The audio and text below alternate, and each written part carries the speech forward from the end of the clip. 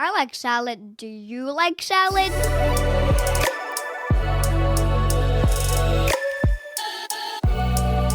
Welcome to Canadian Salad, a fun, factual, and friendly podcast about culture and integration in Canada. I'm one of your hosts. I'm Hoshen Ho from China, currently living in unceded territory of Musqueam, Squamish, and Tsleil-Waututh nations. And I'm Andrea and an immigrant from the United States, broadcasting you from the unceded traditional territory of the Lekwungen people, the Songhees and Esquimalt First Nations. And you're listening to Canadian Salad.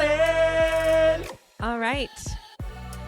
Welcome back, everyone. We're back. I know. We are back. Hello, we are back. I miss everyone. Is everyone missing me? Yes. I received so many thoughts about you. Like, people didn't communicate in sentences, but I could sense they were wanting to know how you are. They missed you. Yeah, so, I sense that. Yeah. Yeah. I definitely sense it. Yeah. Good. Yeah. Yes. Well, we're going to talk men. Ugh. Well, I mean, yay. Men, and kind of men woman. in power. Men in power. And woman in woman and woman. And woman. Just a woman. Just one little woman. You are that woman. Yes. No, yeah, but we're going to talk about, masculinity. Well, power dimension, distance. masculinity. Yeah. Not the normal masculinity that we usually talk about. Today we're going to talk about something called cultural dimensions. Okay. Which were they were discovered by this man, Hofstede. Yeah, a man. Again, a man. Yeah. So Dr. Hofstede, Can I just? It's just funny that we're using a man's work for this topic on men. Anyway, I just think it's funny. That's all. The end. Lot of work. Actually, just sidebar a little bit. A lot of nowadays, a lot of science are discovered by men, right? Even a lot of tools in science, even for women, like gynecologists, right? Before it's a lot of tools that's used on woman's body were, designed by men, and which is not always the best. Because they only had the privilege and the position to do it. If more women had the ability, they probably would. And a lot of women did invent and create a lot of tools and resources, but men stole it because women to them were poo-poo, magoo-goo. Yeah. So, anyway. Well, we're going to talk about, today we're going to talk about Dr. Hofstede's work, cultural dimensions. There's 6 dimensions, but we're only going to talk about 2. Okay. What's a dimension, Hoshen? Dimension is Dr. Hofstede thinks culture can be kind of summarized and differentiate by 6 different dimensions. They are power distance, individualism, collectivism. The third is masculinity versus femininity. The fourth is uncertainty avoidance. The fifth is long distance orientation versus short-term normative orientation. The last one is indulgence versus restraint. So these 6 dimensions, Dr. Hofstede believes that can capture culture in a very... it's like a universal litmus test or measurement of cultures and how every culture kind of shares this universally, but expresses it differently. And then he developed kind of scoring system to kind of give all 6 dimensions different numbers. Based on the number high and low, you can kind of see whether this culture is very individualistic or very culturalist, collective, or maybe a culture is very masculine or very feminine, which today we're going to talk about the 2 dimensions, which is power distance versus, and the second one is masculinity. I've got the power. Yeah. Yes. Well, we talk about this too because we kind of even though all 6 dimensions are very individually kind of measured based on Dr. Hofstede, but I personally think that power distance and masculinity kind of related in some way. For sure. Especially in the Western world. Yeah. I mean, who has most of the power? It is men. And that, masculinity, we are a male-driven society in Canada. And we also have high regard for those within authority. So, they're kind of winner, chicken dinners. They're kind of like the same chicken leg on the chicken. That's not making any sense. Yeah. Well, I'm how trying. about first get into the definition of what power distance and masculinity is? Please And then do. so people can know like what they are, then can make a Truly. decision themselves. Yes. So Yes. like power distance first, the degree to which less powerful member of institutions, organization accept and expect that power is distributed unequally. So basically, the distant, like how power is held, whether it might be equally or it might have a big distance in between, like Yes. let's say staff versus the boss, Yes. or So what I said certain is like very, classes. Yeah. yeah, what I said is very like on paper what it says, Yeah. but what you describe perfectly is like in high power distances cultures, hierarchy are more accepted, like the boss had the ultimate authority. If you say yes, you cannot say no. Right. And on the contrary, if you like low power distance culture, there's like really flattened kind of structure in organizations. Sure. The boss is like a friend. You work together. You you have very open communications. You hang out a lot, Open door maybe after work. policy. Yeah. Yeah. That's like low power distance. So power distance in many ways it is like a way of how hierarchy works, how communication works, how the expectation of subordination works. So that's like power distance. And for masculinity versus femininity, it refers to how a society value traits associated with masculinity, like competitiveness, achievement, success, assertiveness kind of thing. Which versus is more traits of masculine. yeah. Yeah. Versus traits often labeled as more like feminine, like cooperation, caring for others, a quality of life, modesty, So high masculine society usually emphasis on like your success, your performance, your ability to contribute, your ambition. And low masculinity society usually emphasis on like work-life balance, relationships, how you care for the elder, the youth, this community you're in. How is your quality of life kind of thing. Gotcha. So yeah, so like masculinity versus femininity kind of measures the society's kind of view on success, on gender roles, on conflicts. Oh, okay. Yes. Yeah. Yeah, I would say I definitely am more feminine in that view of culture. I mean, you are caring for woman. people. The only time I'm more masculine is when I'm playing board games with my husband, and then it's competitive. like death by losing. Like if he wins, like it's the guillotine. You're gonna chop, murder. chop. Yes, yeah, absolutely. Okay. Okay, now so we know the definition of both, and then now we can review the score based on Hostede's model on their website, which the website is free. Everyone can like go on it, type in a country, and then all 6 dimensions. They have a number there, so you can compare. It's very good to use. Yeah, it is. It's so a good starting tool. Sorry, it's a good starting tool for if, let's say, you're going to go work with a different company that actually has, or travel, like if you're working with people from all different countries in like one workspace, just to give you a beginning of trying to understand other people. So we'll include the link in our show notes. Yes, please. So for power distance, Canada's score is 39. Again, 100 is full score, like, up to 100, right? 39 is, considered low. It's like a low to moderate kind of value, not the lowest, but it's, low enough. And that means Canada tends to prefer egalitarian relationships. Yeah. There's an expectation that leadership is not overly autocratic. People value being consulted and equality in interactions, and definitely less kind of rigid, formal hierarchy kind of system in place. Yeah, for sure. And I would say that speaks a lot to, there's been some instances in Canada this summer where the people have like been very loud about whether it be the pipelines or whether it be some of Carney's things that he's passing down through the House and bills that the Liberal Party is proposing.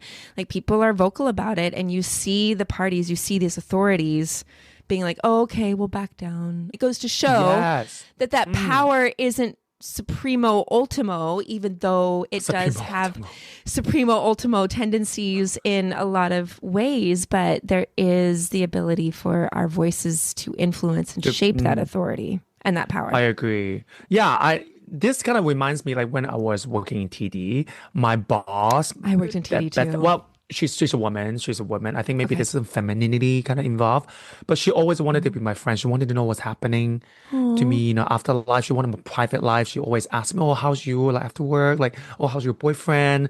Oh, I should go to my place. We have like a summer barbecue. We can just like chill." And it's just like, girl, you're my boss. I don't know whether I want to cross that. Maybe just because I'm from China, which is very high power distance kind of index scoring. Yeah. So like I'm so used to For boss being a sure. boss. Like you're a boss, you never be a friend, you know. At Yeah. work, we kind of, you know, you're my boss, whatever you say, I'll try my best. But after work, we're not friends. But she was like trying to make a lot of attempt to be friends and sometimes maybe a bit uncomfortable. I was like, Sure. I don't know. I want to tell you. And she even Yeah. asked, "Oh, what's your Instagram? Let's be friends." I was like, Oh, no. absolutely not. Absolutely not. My Instagram is not, Not for it's very bosses. naked. Yeah, not for bosses. My Instagram very naked.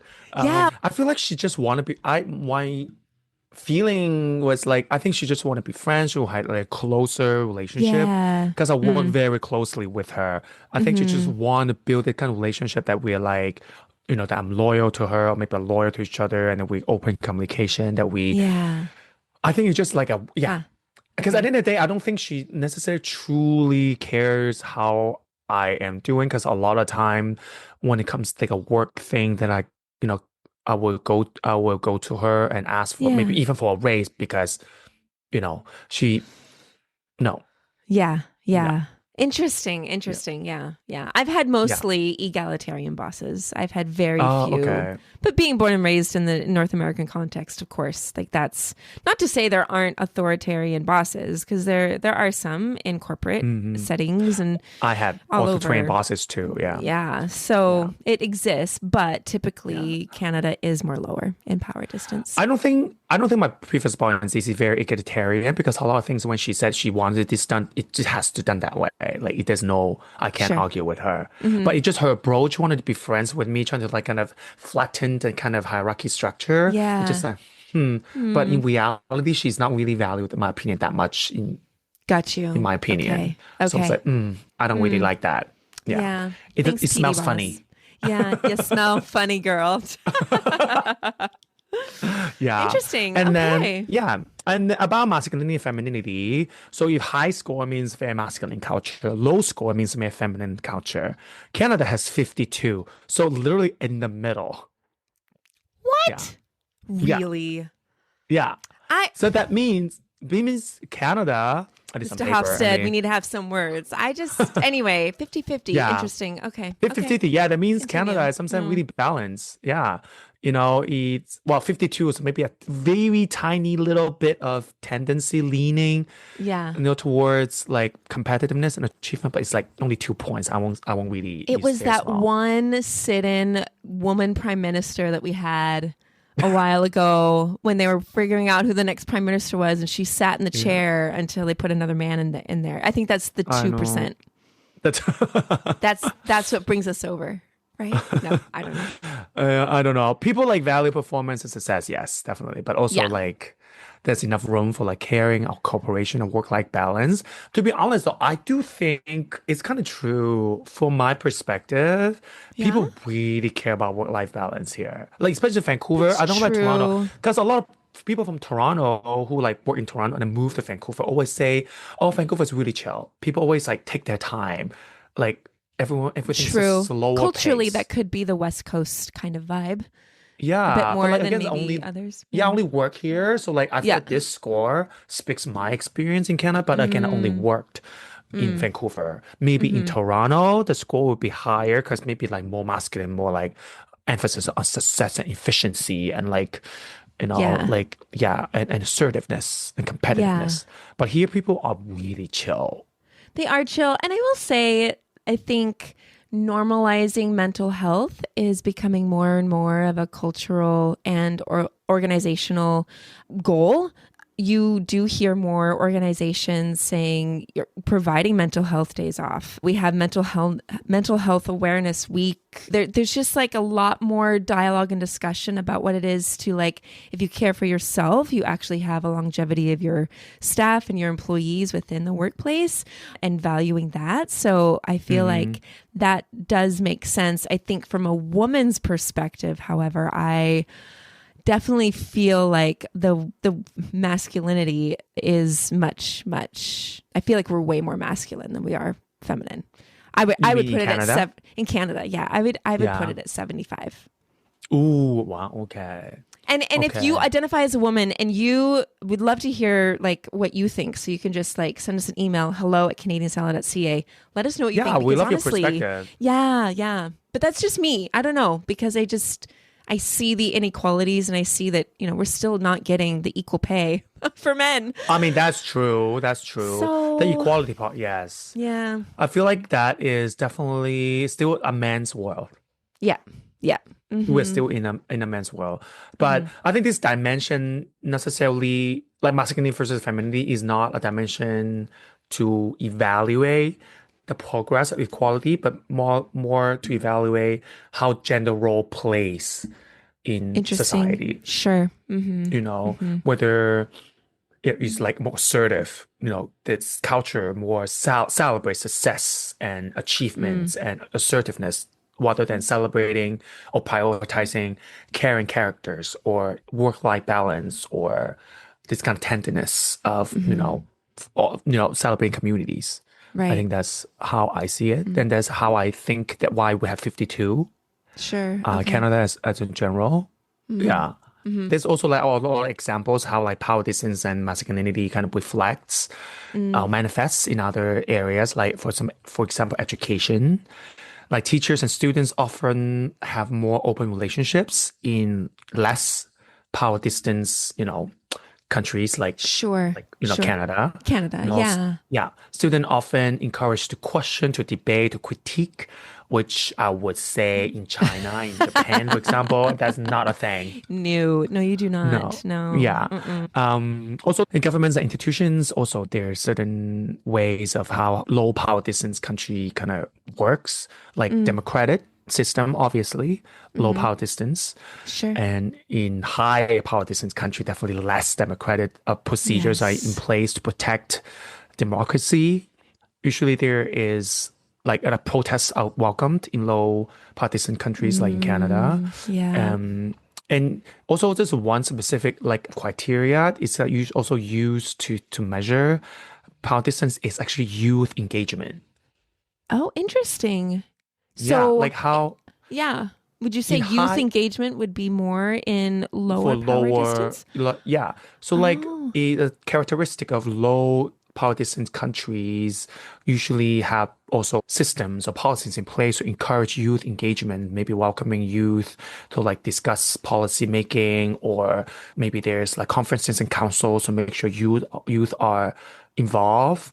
To guide or to advise the government. Okay, interesting. Yeah, I never thought of it that way, but that makes sense because it makes some sense. Yeah, it does though, because if, like you mentioned, education, if children have this kind of open relationship with their teachers, or even parenting styles in the West are very much more lax, a lot less authoritarian.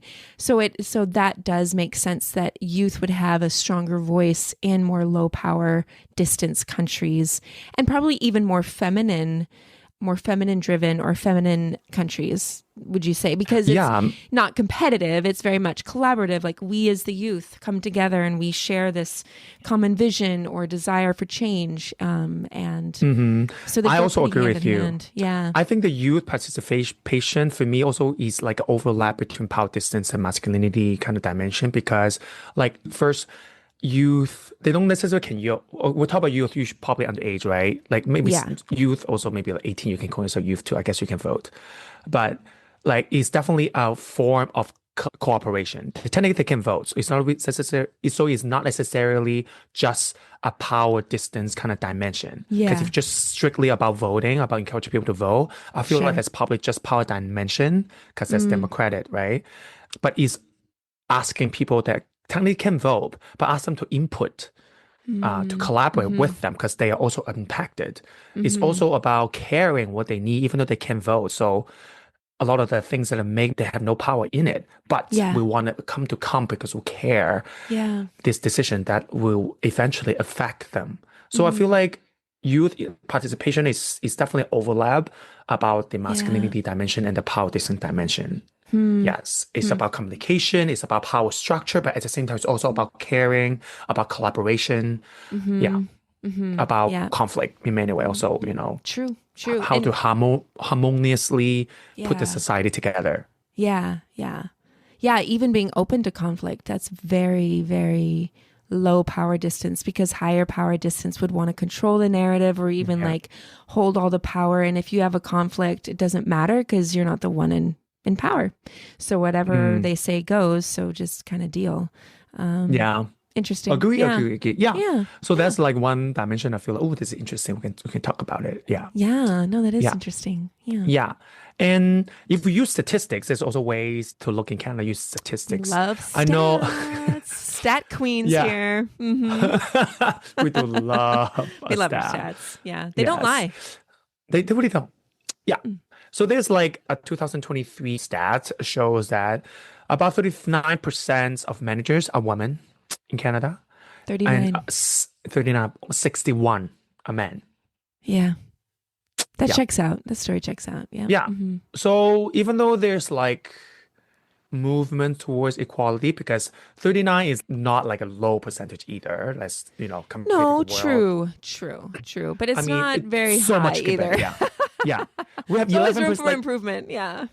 but we're 11% gap to the half mark, right? Sure. 11% is like not like huge gap, but it's a gap for sure. So we definitely have more room, absolute room to grow. But we also have to admit is like compared to the world in general, we are definitely towards that equality, leadership, more equal.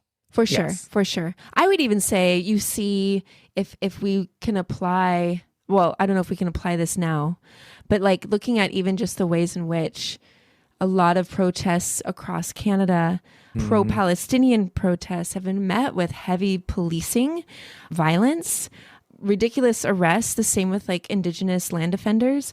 You see this authoritarian reach and arm out of the Canadian government. And as much as protests are there, like there are some things that I think Canada goes way, way masculine, if I may, on when it's specific topics that maybe threaten their ideas of power or the narratives they want to hold. It's just interesting because there are some protests that are okay and it's like, oh great, yeah, like animal rights, yay, rah rah. But then when you talk about these very key things, land, I mean, because it's colonized or because there's such a tie to Israel's leadership, like it's very, very interesting when Canada chooses to be more masculine and when she chooses to be a bit more feminine, depending on the topic or the, because when money is involved, right? Sometimes when capitalism, there you go. Capitalism, at the end of the day, it's money. That is the bridge between. Yeah, it's a bridge. That's it. Boom.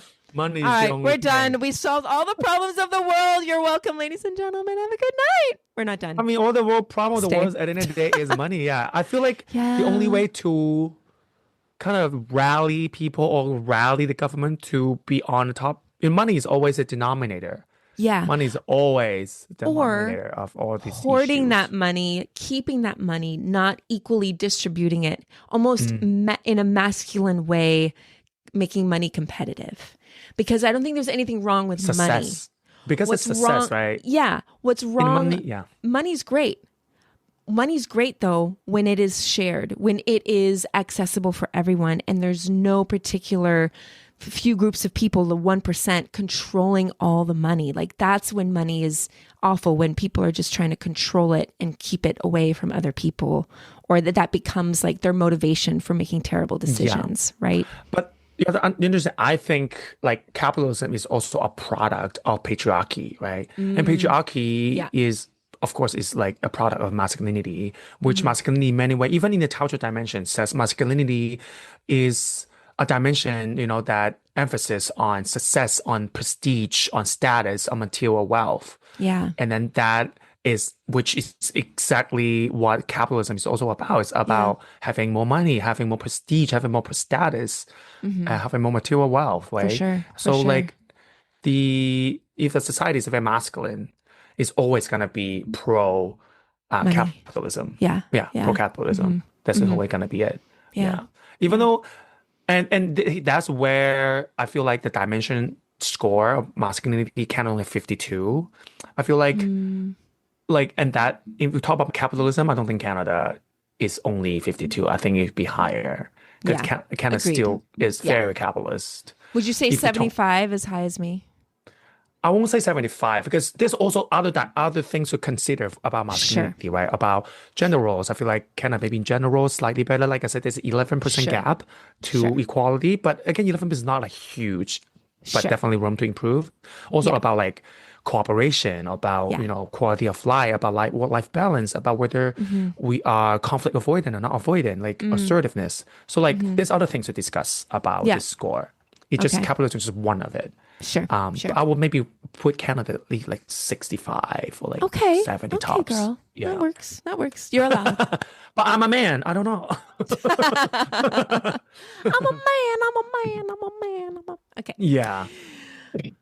And I have one more data I want to share. Please do. There is a government Canada released a report in 2023 called Building a Modern 21st Century Workforce. And the report states that 84% of job seekers define success by work-life balance rather than climbing the ladder. 84%. Here shows, I think, it explains why Canada have a generally lower masculinity score. Yeah. Again, 84% of people thinks, success is work-life balance, not necessarily about material wealth, not about being quote unquote this conventional success, like being the big boss. Yeah. Wow. So I think that's high. where That's hopeful. Yeah. That's where we are a bit feminine as a society. Yeah, exactly.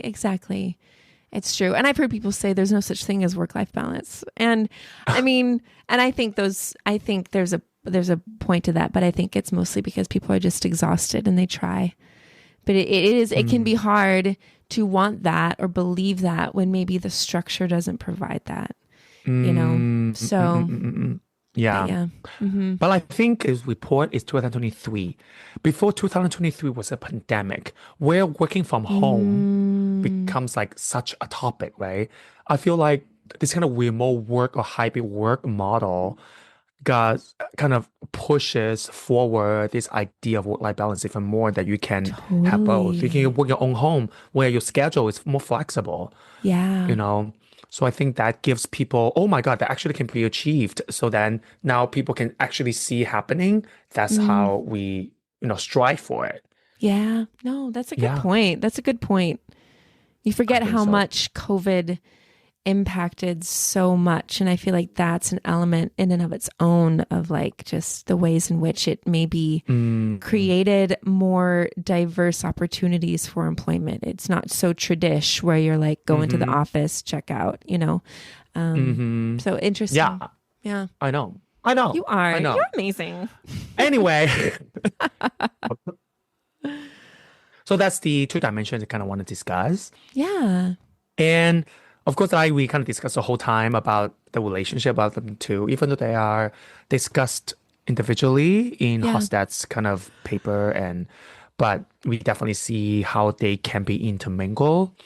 And also a lot of high power distant society also have high masculinity, like scores like Japan or Mexico or China, and in countries that with low power distance also have low masculinity scores like Sweden and the Netherlands. So there is some sort of correlation. Yeah. But it's not really, I don't think this can be contested because there's also culture that are opposite, one high, one really low. For sure. Yeah. And we're not saying that, oh, well, if you're from Norway, you're this, right? Like it's not to say that like, oh, this culture is only this. It is to say though that there are tendencies that are stronger maybe in this area like masculinity than femininity. So no culture is just one way only, but it's a starting point to help you understand the overall culture of a country or a region or a place. Yeah. I think like in Canada though, it's like a specific, I personally think this two dimension to measure Canada's kind of company is also interesting because think about it, if you are a company in Canada, you want your candidate to be very successful, like to be very good in what they do, to be very assertive in their decision making, to be very competitive and have great achievements in what they do. So in many ways, they're masculine. Yes. Right? Yeah. But then you also want them to be able to include the staff in discussion. That means you want them to be open communicative to everyone, like which also is generally a low power distance. So I feel like in Canada, we kind of measure someone, a good, at least employee specifically, is someone that is have low power distance but high masculine score. I definitely Won't you see say that. so? I see, I see that. I don't know that I would choose a more higher masculine style of employment for if I had staff. Like I would want someone who was collaborative. I wouldn't want someone who just made a decision because they felt like they could make the decision. I guess I'm not as authoritarian in that way. I would want to have like, hey, let's chat about this. Or I'd want them to get their work done and be efficient, but I wouldn't create a competitive nature or even the idea of success. You know, that's a whole nother loaded term that I don't necessarily agree with, because what is success in whose mind and who's defining it? You know, for me, success is going to be different than maybe for you, and then even for the CEO at TD Bank. So so I don't know that, like, for me, but I do see Canada being more valuing that masculine, what did you say? Masculine tendencies with a feminine ability. Oh, okay. That's maybe. Like they're able to be collaborative. They're able to do this, but they typically gravitate towards being like high achievement, you know, assertive. So they can switch. They can switch both. So maybe a bit of hybrid, maybe a bit of hybrid. Dip their toes here and there. I don't know. I mean, I can see that, but I personally would argue, especially in like a capitalist society, which we are in, I feel like there is definitely always tension between like equality focused ideas, of course, and economic competitiveness. Yeah, of course. Like equality focused ideas are definitely more low power distance, and economic competitiveness definitely more masculine. So it always is the tension between them. And that's where I think the relationship between power distance and kind of masculinity kind of, you know, push and pull. Yeah, they're kind of brothers. How I see it. They hit each other for a while because they're, you know, getting out their whatevers, and then they're like, "Hey, bruh, you want some ice cream?" You know. True. You know what? You're not wrong. Yeah. Okay. Lastly, the last thing I want to talk about trends. Now that we know what it is, what would it be? Oh, you know? Ooh. Yeah. I like this. The first like thing, a crystal ball of trends. What will it be for Canada's, you know, power distance and masculinity kind of score?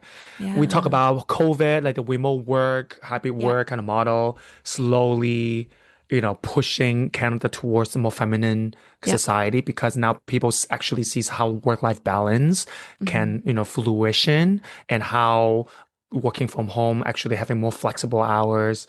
We define work for them. We define success even. Competitiveness for a lot of people. So that's one. And second, multiculturalism and immigration for Canada. We all know Canada is an immigrant country. And based on many of our previous episodes, we know that a lot of immigrant comes from Asia, like South Asians and East Asians, which typically are more cultures with higher power distance and more masculine. Yes. There's also kind of impact Canada's power distance dimension in the long run if this immigration trend continues. True. Our workplace gonna be more and more immigrant led. That means our workforce is gonna be more and more probably more comfortable with higher power distance. Scores or even more masculine ways of working. My one little kickback to that is that some immigrants who move here from South Asian countries, East Asian, when they come here, they're coming here to maybe move away from a stronger, true. I know off the top of my head, I know about 3 or 4 East Asian people who came to Canada to get out of under a very high masculinity, high power distance setting because they couldn't, and these are all women that I'm thinking about. I think women for specifically, I agree, because they have been they definitely at those kind of high power distance and more masculine culture. I think they are definitely the victim of a lot of it. And I think coming to Canada, definitely, I can see why they would want the opposite a bit more. Yes, exactly. But then we have a neighbor, or actually our landlord, his best friend, they're from India and they are probably in their 70s going towards 80s. So very traditional to the point where it's required that his wife walks behind him and not beside him. And so you will see them walking down the street and he's in front and she's just trailing in the back. And part of me is just like, oh, but at the same time, that culturally, it is a higher masculinity culture. It just is. And when we do immigrate, we immigrate with the things that we are used to or the traditions that we grew up with. So anyway. True. So there's push and pull, but there's another trend I think one good to discuss, in the long run about multiculturalism and immigration. At the end of the day, no matter what kind of culture immigrant brings into influence, this current society in Canada, this idea of multiculturalism or celebrating everyone, it is an egalitarian approach. It is, at the long run, helping us to build this idea that everyone is valued. We're all here to collaborate, to respect with all of us. So I feel like, and then it's also kind of push our culture to be more feminine in a way of celebrating multiculturalism.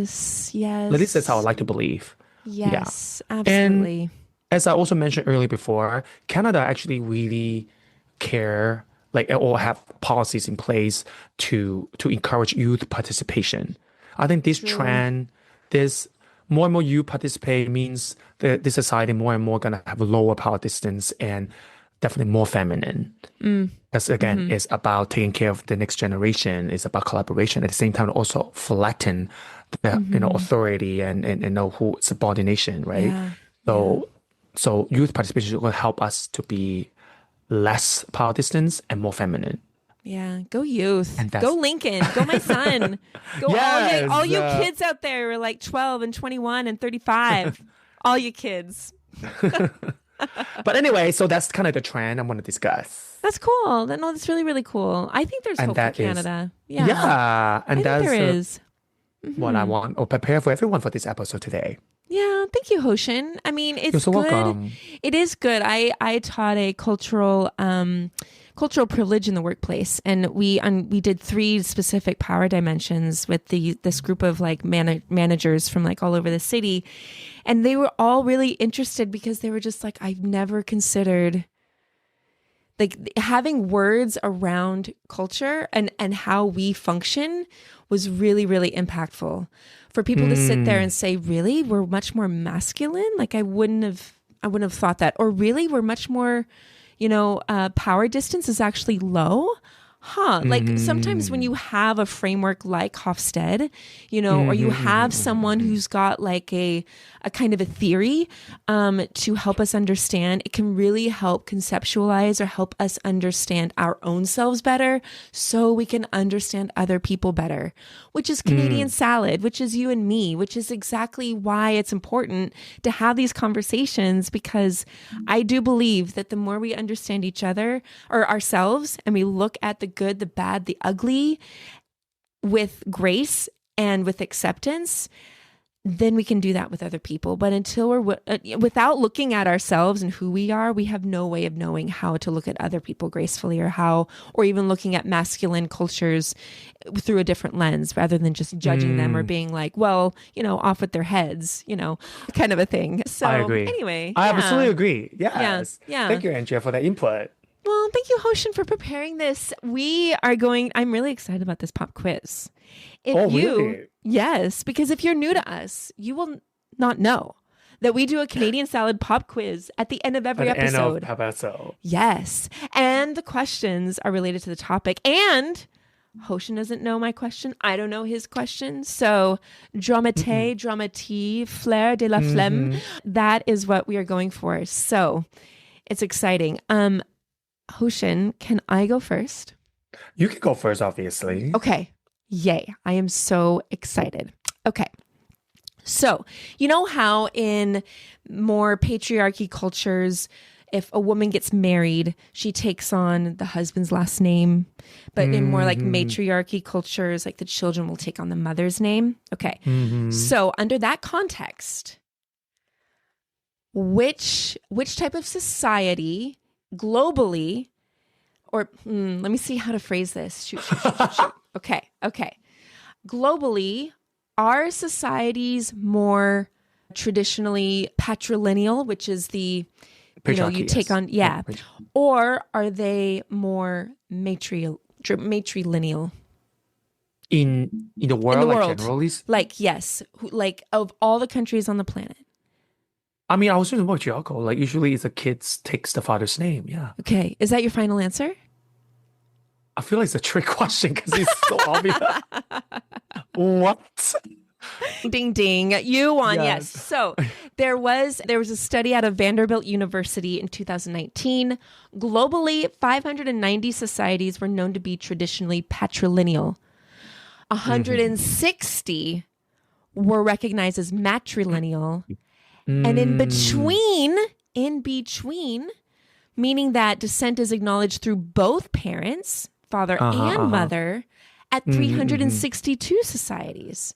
Okay. So even that bilateral, so that in between, kind of that push and pull of, masculinity, femininity, actually 362 societies reflected that. So, right? So very fascinating. Good to know. Right? Fascinating. I know. Thank you for sharing You're welcome. Good job. Gold star. Thank you. Thank you. For me, it's a very easy question because I know it. It's like so easy. Okay. Common sense. Like, I know. But you never know, too. You never know. True. I don't know. My question is so much more simpler to phrase. Thank you. So we talk about masculinity, power distance, and my question is about masculinity. Okay. Well, I'm from China, you're from US, we live in Canada. So in between the three countries, can you rank them from high to low on masculinity score? Ooh. Okay. I'm going to say US has the highest masculinity, then China, then Canada. Final answer? Yes. Sorry, almost so close. Oh, no. It's China first. Okay.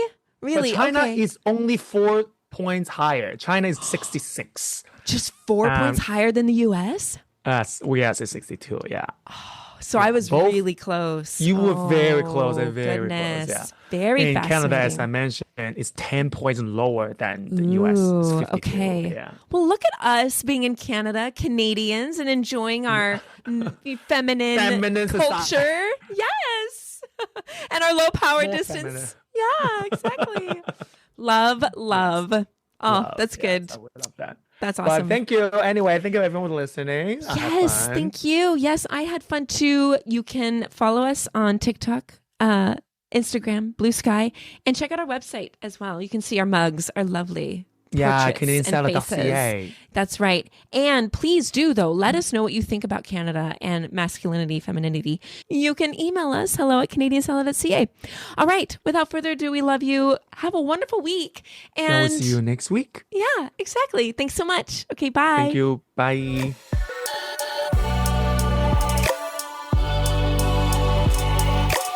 Canadian Salad is written and produced in British Columbia, Canada by Geert Hofstede and Andrea McCoy. Theme music is by Naver Avetyan from Pixabay.